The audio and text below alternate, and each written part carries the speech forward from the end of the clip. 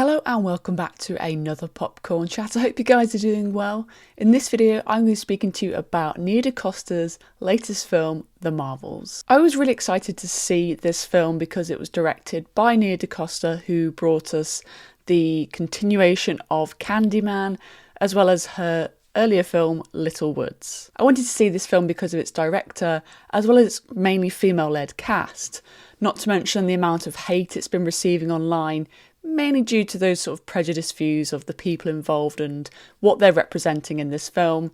I wanted to sort of come and support this film and make my own opinion on that. As we all know, the MCU content quality is definitely in decline. I personally think it should have stopped at Endgame, but you know, money and Disney. Because of that reason, this film has this sort of grey cloud over its head due to films like Love and Thunder and Ant-Man and the Quantumania. One of the main things I really enjoyed about this film were certain characters, especially Kamala and Nick Fury. I thought these characters were able to balance the tone of what makes a really good Marvel film. I hadn't seen the TV show about Kamala.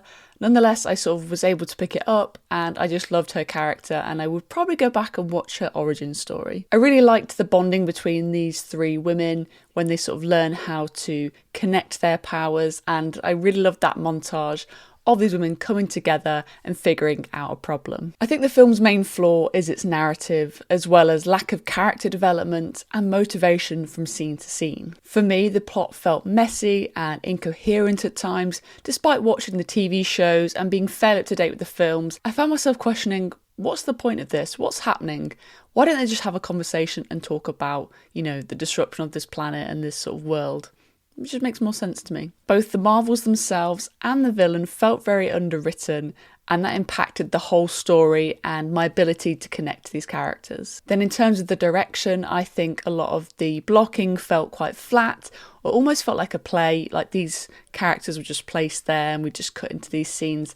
There was no real motivation or, you know, acting on a movement, so it felt a little simple at times for me. It's a shame this film isn't as good as I really hoped it would be. Considering the people involved, I was hoping for better. Of course, there's some great elements in this film, but I think what would really improve it is a rewrite of the script and allowing more time for CGI. With these changes, I think it can make for a really fun and entertaining Marvel film. So I'm going to give The Marvels 2.5 stars out of 5. Hope you guys have enjoyed this review of The Marvels. Let me know your thoughts down below if you've seen it. I don't want to hear those preempted thoughts. If you haven't seen it, I want to hear those thoughts of those that have seen it. Did it work for you? Was it middle of the road? Or maybe it was not your thing at all? Let me know down below and I'll make sure to read those comments. Thank you so much for watching. I'll see you guys very soon for another popcorn chat.